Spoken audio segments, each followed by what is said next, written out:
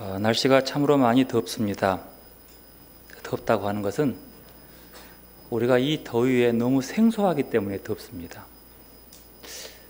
작년에도 그랬지만 올해도 여전히 이렇게 더울까 하는 말을 계속 반복합니다. 올해는 그 더위가 무척 길어요. 아직 여수는 40도가 안 되어서 40도의 더위가 무엇인지 모르지만 저는 40도의 더위 위에서 2시간 반을 걸어봤기 때문에 얼마나 더운 줄 압니다. 그런데 여수는 그거보다 더 더웠습니다. 왜냐하면 세멘트 바닥이기 때문에 그래요. 광야길을 풀 한 폭이 없는 40도의 날씨에 두껍게 옷을 입고 뒤집어 쓰고 걸어가는데도 그렇게 정말 힘들었지만, 그리고 물이 없어서 기절하기도 했지만 그 길은 걸을만 했습니다. 왜냐하면 그 뜨거운 그 흙 속으로 그래도 빛이 좀 파고 들어가니까 덜해요. 해가 넘어가는 순간 너무 시원해요. 우리는 너무 더웠어요. 이 더위를 생각하면서 오늘 우리가 부르는 예배 찬송 중에서 성 프란치스코가 온 천하 만물 우러러 다 주를 찬양해라, 그 원문에는 당신이 지으신 모든 창조물에게서 찬미를 받으소서라고 하는 그것을 보면서 정말로 이 뜨거운 태양이 하나님을 찬양하고 이 무더위가 하나님을 찬양하라고 우리 입술로 선포할 수 있는가라고 물어. 여러분, 이 더위 속에서 구름이 태양만 가도 좀 덜 덥는데 이 후덥지근한 날씨 속에서 이 뜨거운 더위를 내뱉은 태양열을 통해서 하나님이 찬미 받으라고 여러분 고백할 수 있습니까? 그렇게 하면 어렵나요? 아니, 이 뜨거운 태양열이 하나님을 찬양하는 소리를 들어보셨습니까?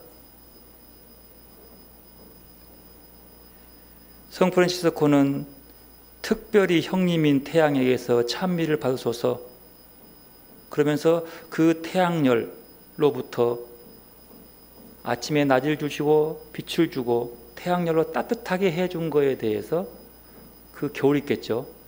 하나님을 찬미 받으라고. 그러면 그는 그 태양열로 하나님을 찬양하는 모습을 들었다는 거예요.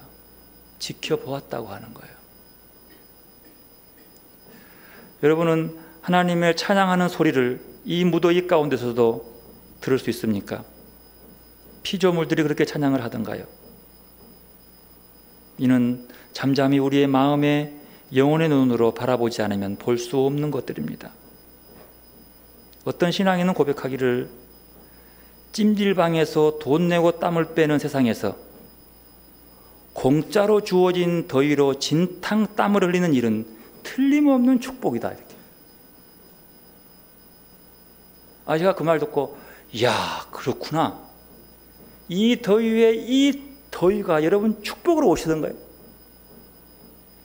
왜? 돈 안 내고 땀을 흘리니까 축복인 거지.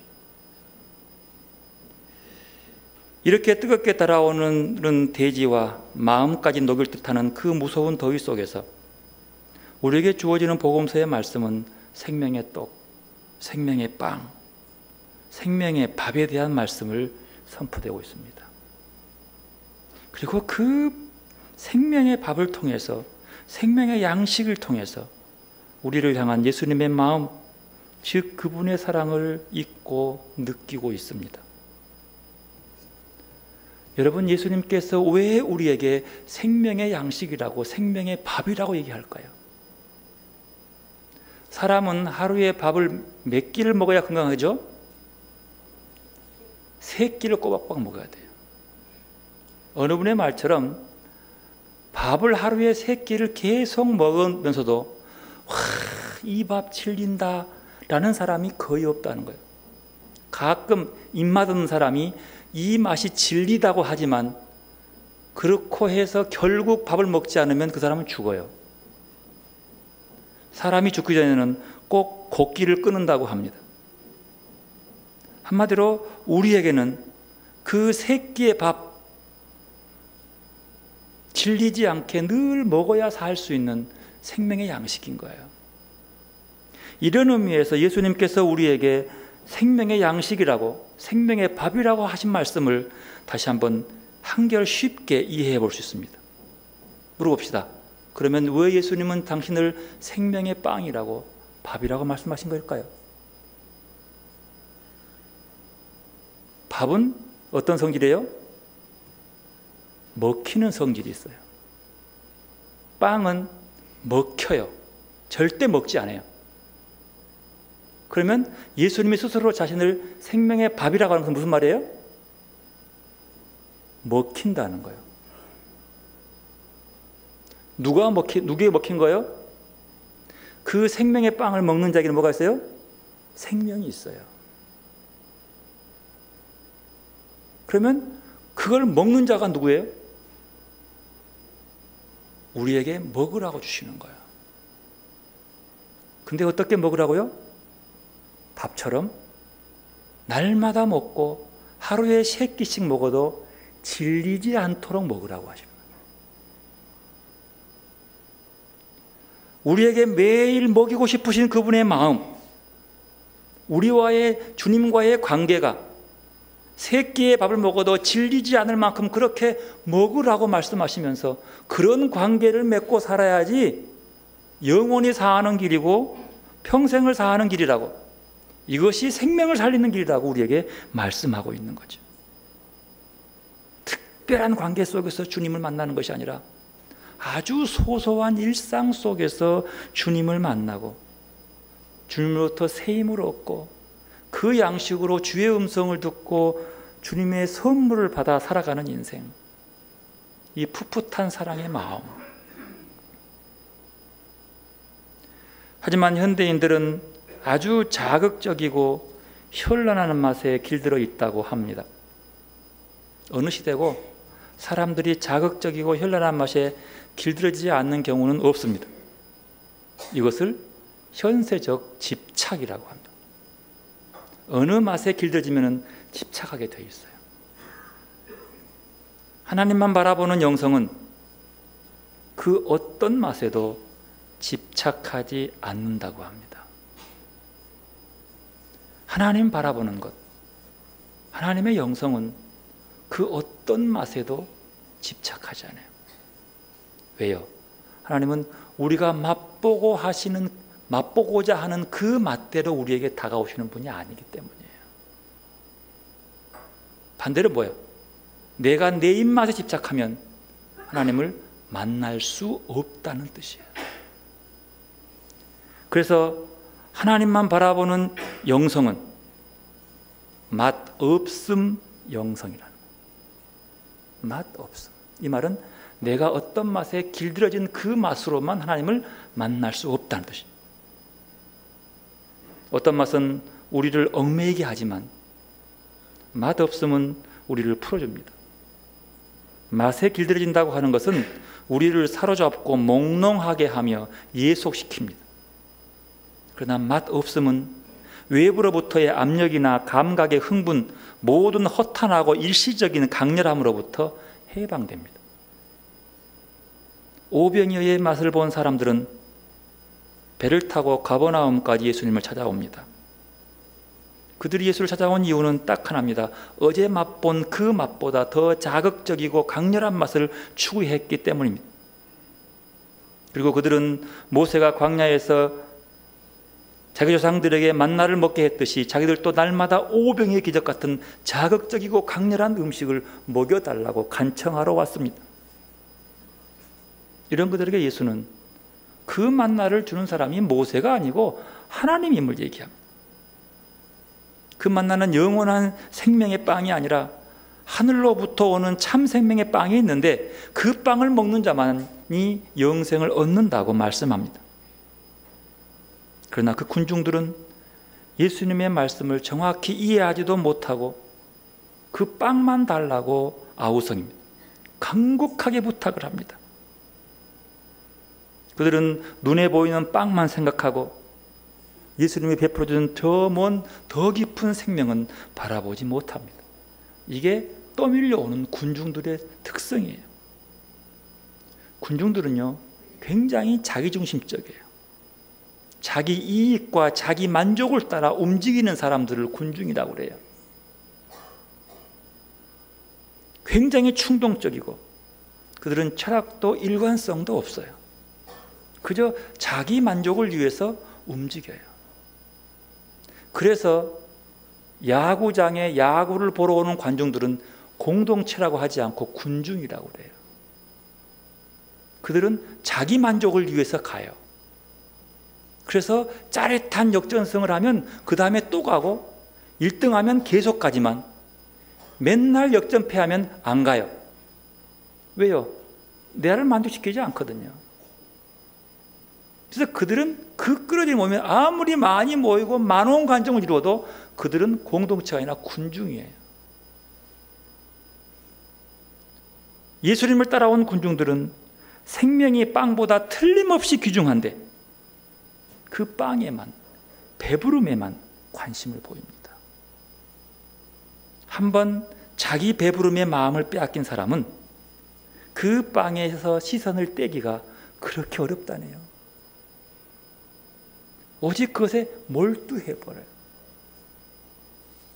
그래서 예수님은 그들에게 말합니다. 나는 생명의 떡이니 내게 오는 자는 결코 주르지 아니할 터이요 나를 믿는 자는 영원히 목마르지 아니하리라.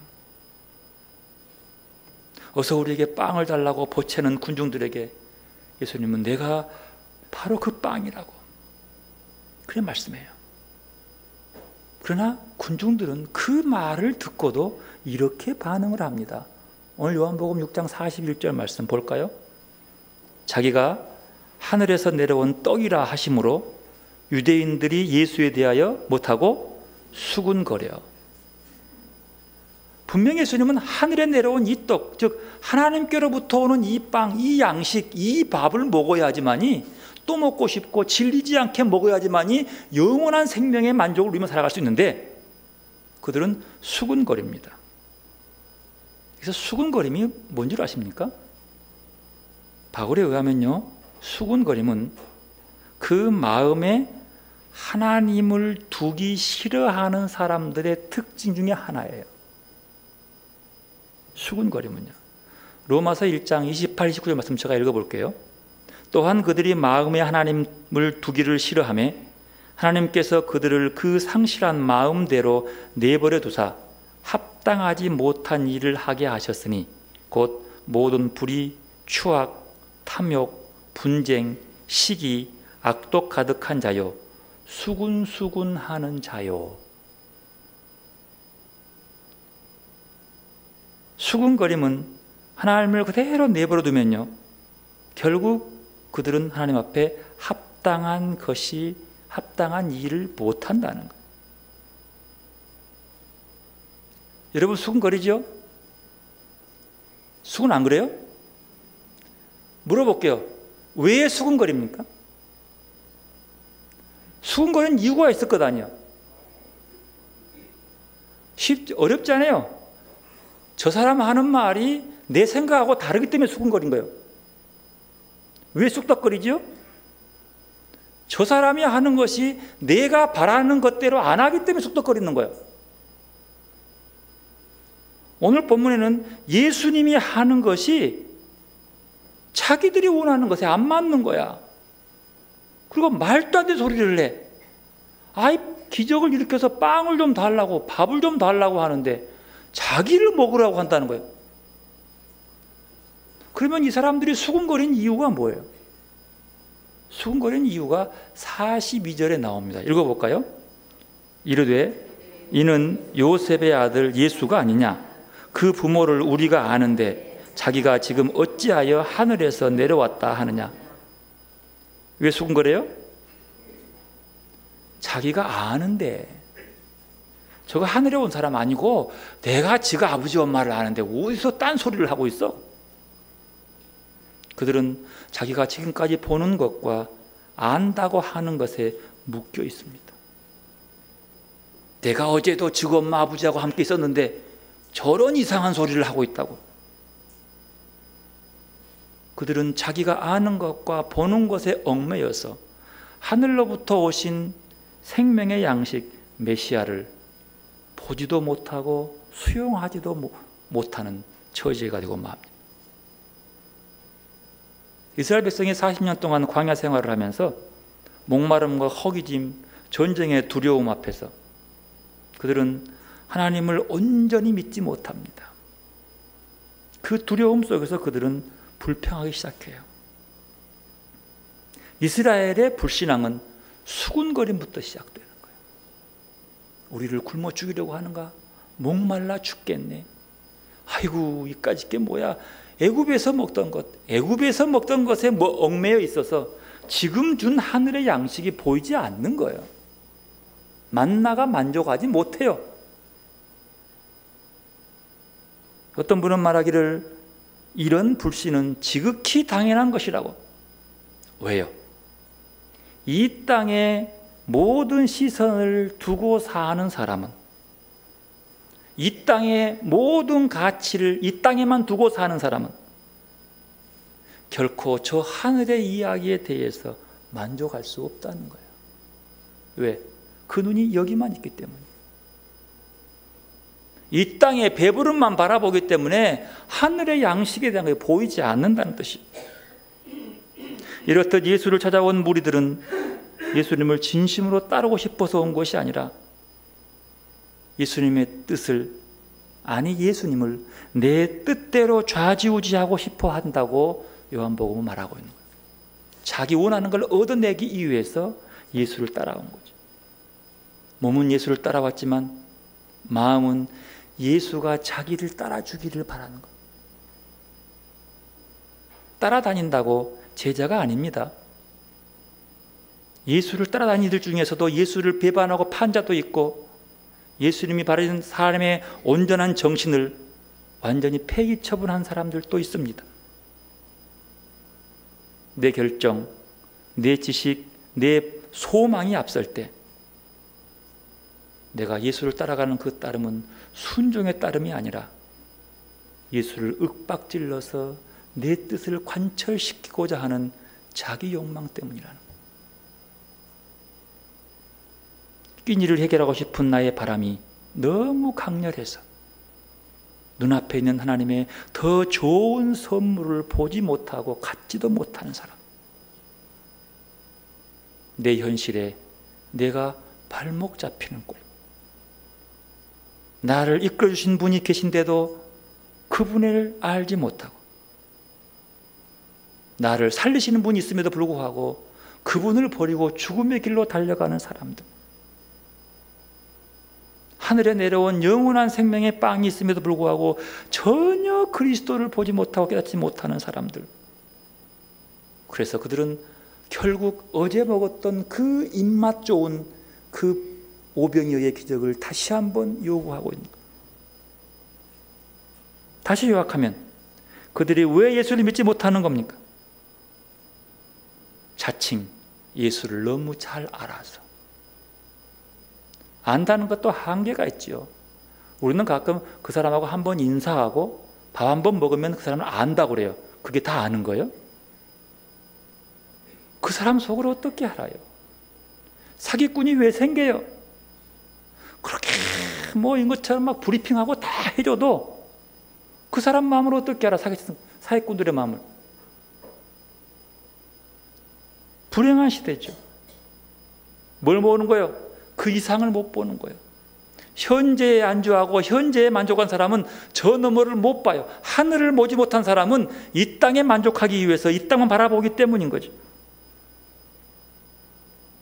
내 경험과 학습을 맹목적으로 신뢰하면 우리도 그 사람들처럼 나도 모르는 사이에 예수님을 거부하게 됩니다. 한마을에 살던 예수를 본 기억이 너무 강하고 강렬한 경험을, 예수를 보니까 그들은 자기들이 방금 체험한 오병이어의 기적마저 그저 과거의 기억으로 이해해버리고 화석화시켜버립니다. 그래 예수님은 그들에게 이렇게 말해요. 43절 서로 수군거리지 말아라. 이 말은 무슨 말이에요? 하늘에 내려온 것들을 하늘의 것들로 바라보지 너희들의 지식으로 판단하고 수군거리지 말라. 너희들의 경험으로 이래라 저래라 말하지 말라. 그런 뜻이에요. 한마디로 이 말은 수군거림은 하나님의 뜻을 찾기 위한 것이 아니라 자기의 생각과 자기의 경험을 합리화하기 위한 것이라고 보는 겁니다. 수군거림은 결코 자기 생각이지 하나님의 생각을 알아내려고 수군거리는 경우는 거의 없습니다. 수군거리지 말고 예수님이 전한 진리의 말씀을 들으라고 말씀하고 있습니다. 44절 아버지께서 이끌지 아니하시면 아무도 내게 올 수 없으니 오는 그를 내가 마지막에 다시 살리리라고 하십니다. 아버지께서 이끌지 않으면 올 자가 없어요.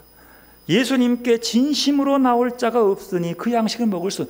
여기서 오는 자는요, 오병이어를 맛보기 위해서 또 오는 그런 사람들 아니에요. 예수님을 직접 영접하고 받아들이려고 나온 사람들. 즉 말하면 그 말을 듣고 영원한 양식을 먹기 위해 오는 사람들을 오는 자라고 하는 거예요. 예수의 말을 듣고 몇 시간 보내고 그와 함께, 이것이 오는 자가 아니라 그 속에서 그 하늘의 양식의 말씀을 듣고 받는 자들이 오는 거예요. 그러면 이렇게 아버지께 이끌려서 예수님께 나오는 자들은 어떤 자들입니까? 어떤 표식이 있는 겁니까? 뭐가 있을 것 아니에요. 똑같은 사람이 몰려왔어요. 예수님께 온 사람이 계속 구별돼요. 정말로 하늘의 양식을 먹기 위해 나온 사람들, 아니면 눈에 보이는 자기 배부름과 자기 뜻을 이루기 온 사람들, 두 부류가 있어요. 그러면 정말로 아버지께서 보내와서 예수님께 나온 자가 누구냐는 거예요. 어떤 표가 있냐는 거예요. 45절 말씀 함께 읽읍시다. 선지자의 글에 그들이 다 하나님의 가르치심을 받으리라 기록되었은즉 아버지께 듣고 배운 사람마다 내게로 오느니라. 누구요? 아버지께 듣고 배운 사람이에요. 하나님의 아버지의 가르침을 받는 자. 그러나 그 중에서 참된 신앙의 길로 나아가는 사람은 아버지께 듣고 배운 사람입니다. 여기서 듣고 배운다는 말은요, 하나님의 음성을 청종하고 그 말씀대로 실천한다는 뜻입니다. 모든 사람이 다 하나님의 음성을 듣고 실천하는 것이 아닙니다. 우리는 그 구체적인 예를 예수님께로 모여든 수많은 군중들에게서 찾을 수가 있습니다. 그들은 오병이어의 기적을 목격한 사람들이고 예수님의 말씀을 직접 들은 사람들입니다. 그럼에도 불구하고 그들은 예수를 받을 수 없어요. 그분의 가르침과 사랑을 이해도 못합니다. 왜? 요셉과 마리아의 아들이거든요. 하늘에 왔다고 해도 믿지 못합니다. 여기서 듣다라고 하는 것은요, 아버지와 친교 안에서 이루어지는 내적 경청, 즉 마음의 영혼의 경청, 영혼의 들음이에요. 그럼 마음으로 주의 음성을 듣기 위해서는 잠잠해야 합니다. 침묵해야 돼요. 내 마음을 비워내야 돼요. 그래야 들려옵니다. 그리고 배우다라고 하는 것은요, 들은 것을 삶에서 생활화시키는 거예요. 듣는 것을 삶에서 실천하고 살아가는 것을 배우다라는 뜻입니다. 따라서 하나님과 긴밀한 친교 속에서 머무는 사람은 하나님의 인도를 받아 예수가 누구신지를 알고 믿게 되는 거예요. 그러기 위해서 우리 마음을 먼저 잠잠히 주의 음성에 귀를 기울 필요가 있어요. 오늘 열왕기상의 본문의 말씀은 엘리야 선지자가 나옵니다.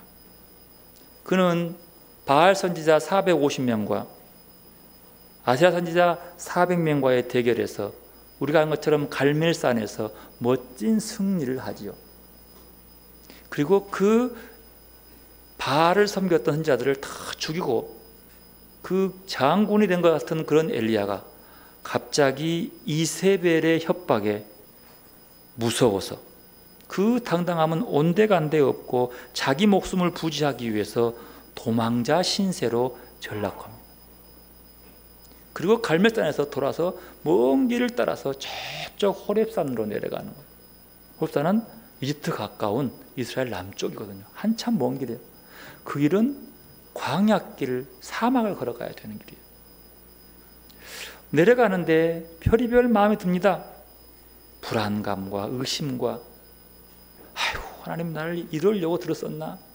왜 내 기도를 들어줘가지고 이런 어려움을 당하게 하나? 별의별 생각을 들고 도망갑니다. 지치고 힘들어서 그 뜨거운 태양열 40도가 넘는 그 불볕을 피해 도망가면서 먼 광야 위에 있는 로뎀 나무 밑에 숨어들습니다. 잠깐 쉬려고 들어 누우면서 한숨을 쉬고 한탄합니다. 아이고 하나님, 나 이거 참 힘든데 이러지 말고 내 목숨 데려가십시오. 내 소원 없습니다. 내 목숨 걷어가 주십시오. 이 땅에 더 미련 없습니다 라고 얘기해요. 차라리 죽여달라고. 여러분, 이건 대단히 중요한 거예요. 엘리야는 그 극하고 모진 질곡의 삶 속에서 다 끝장난 순간 속에서도 누구 찾아요? 하나님께 물어보는 거예요. 하나님, 내 목숨 데려가시오. 나 혼자 죽을 수는 없고 하나님이 데려가면 끝납니다. 이 꼴 보지 않게 해달라고 얘기합니다. 여러분, 여기서 한번 볼 필요가 있어요. 그러고 한탄하고 스르르 잠든 그 엘리야에게 하나님은 다가오셔서 거기다가 빵 하나 구워놓고 물도 남겨놓고 깨웁니다. 엘리야, 엘리나, 일어나서 먹어라. 얼마나 피곤했는지 일어나 먹고 또 잠들었어요. 또 다시 갖다 놓고 어루만지면서 말합니다. 엘리야야, 일어나서 먹어라. 먹어라. 먹게 하는 이유가 뭐예요? 그게 나오죠. 네가 걸어서 가다가 탈진해 죽지 않게 하기 위해서. 호렙산까지 가는데 피곤해 넘어지지 않게 해서 먹여주는 거예요. 여러분, 여기서 하나님의 사랑의 방식을 주목해 봐요. 하나님은 사랑하는 엘리야를 통해서 엘리야가 당하는 어려움과 고통을 당하지 않도록 해결해 주는 것이 아니라 오히려 그 고통 속에 있게 해요. 그리고 고통 속에서 방황하는 그에게 주님은 함께 가고 있어요. 배고픈 그를 먹이고 있어요. 어디로 가는 겁니까? 하나님의 능력으로 기적을 베풀어서 불이 내려서 그 선지자들을 이겼던 그 당당함. 그러나 도망가 버리는, 하나님 믿지 못하고 도망가면서 이럴 바에야 나를 죽여달라고 한탄하는 그를 하나님이 버리지 않고 쫓아갑니다. 쓰러지고 힘들 때에 그를 먹이려고, 잠든 그를 어루만지고 깨워서 힘을 주게 하려고. 그리고 호렙산으로 가요. 호렙산에 도착합니다. 그리고 하늘에 내려온 그 떡을 먹고 영생하고 싶은 그 마음, 그 속에 하나님께서 19장 9절을 보면요, 그곳에 호렙산에 머물 때에 하나님께서 그에게 말씀을 주어요. 분명히 나와요. 왜 하나님께서 엘리야에게, 지친 엘리야에게 먹이고 힘을 주고 호렙산에 가라 한 거예요? 하나님 말씀 전해주기 위해서요. 엘리야 입장에서는 하나님 말씀 듣게 하기 위해서요. 여러분, 여기서 우리가 하나님께서 내게 생명의 빵으로 오셔서 먹게 하신 이유는 하나님의 음성을 듣게 하기 위해서라는 거예요. 그 음성을 듣고 배워서 살아가면 그가 영생을 위해 살아가는 길이기 때문입니다. 주님 말씀합니다. 나는 하늘에서 내려온 살아있는 떡이니 사람이 이 떡을 먹으면 영생하리라. 내가 줄 떡은 곧 세상의 생명을 위한 내 살이니라. 인간을 향한 하나님의 그 사랑, 예수님을 통해서 완성되었고 그 놀라운 사랑의 신비가 오늘 우리에게 전달되고 있습니다. 하늘에 내려온 떡, 하나님께로부터 내려온 빵, 양식, 생명의 밥, 이것이 우리로 하여금 하늘로 올라가는 길을 가르쳐주고 있습니다. 이 빵을 먹는 자, 하늘로 돌아가는 길을 우리에게 보여주고 있다는 것이죠. 이제 우리는 생명의 양식, 즉 생명의 밥으로 오신 그리스도께서로부터 시작되는 이 길을 통해서 우리가 돌아갈 하늘, 즉 하나님의 품을 우러러 보아야 합니다. 빵은 밥을 먹히기 위한 존재라고 합니다. 먹힘을 통해서 먹는 사람을 살리는 것이 밥이요. 예수님은 우리에게 먹히러 오신 거예요. 왜요? 우리를 살리시기 위해서. 그리고 엘리야처럼 우리를 어루만지며 지치고 힘든 우리에게 먹어라, 먹어라. 내가 주는 이 양식을 먹고 새 힘을 얻고 일어나서 고요히 머물러서 내 음성을 듣고 살아라 라고 말씀하는 겁니다. 도망자에게 오셔서 지치고 죽을 것 같은 고통 속에 쓰러진 엘리야에게 오셔서 먹이시고자 하는 주님의 그 마음, 일어나 먹으라고 하는 주의 음성을 듣는 여러분들이 되시기를 바랍니다. 이 무더위 속에서, 이 질곡의 세상 세파 속에서 일어나서 먹으라 하고 내어주시는 주님의 살, 빵이신 생명의 빵을 먹고 우리도 그 안에서 그 음성을 듣고 살아가는 성도들이 되시기를 바랍니다. 기도로 나가겠습니다. 고단하고 힘든 우리에게 일어나 먹으라고 하는 주님의 음성을 듣는 시간입니다. 그 음성을 듣고 주님께 나아가는 시간 되시기를 바랍니다.